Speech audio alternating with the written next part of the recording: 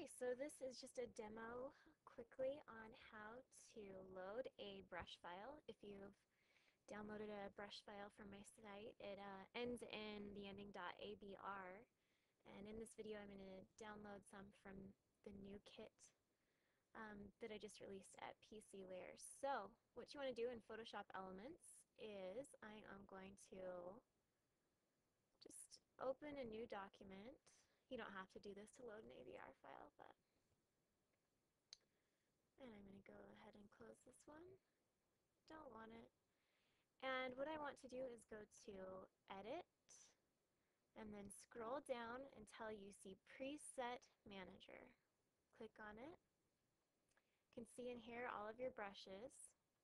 We're going to come up here to Load. Let me get this back on the screen.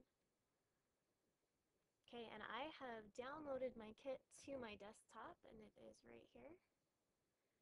I'm going to go till I find brushes, and then this right here where it says brushes, you can tell it's an ABR file because it's the only thing it will let you select.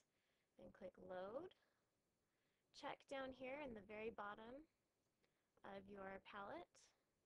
You can rename the brushes if you want. If you hold your cursor over the brush for a minute, it'll let you see the name of your brush. Then click Done. Now on the left hand side of your screen, you can see this is our little brush icon. Brushes are kind of like a stamp.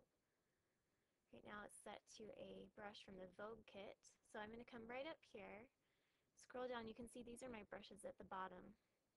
I can change the view, and I like this view better, to large thumbnail by clicking on this little circle icon with a triangle for the drop down menu, and I changed that to large thumbnail. I prefer that so I can see it better. So now I can just select a brush. You can change the size of your brush right here. That makes a really teeny tiny brush. It makes a very large brush. And then I can, whoops, go ahead and pick a color.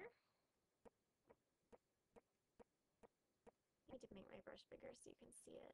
And then you just click and your brushes are loaded. I can go through and pick whatever brush, double click on this as your foreground color, and pick a different color, stamp a different brush. If you want to add a new layer, when I'm making a scrapbook page, I always do my brushes on a different layer because I like to be able to select a new layer, stamp my brush, and then if I grab my little arrow tool, I can, I think I can change the size, I can move it around my page, and whatever. So that's how to load an ABR file in Photoshop Elements 5.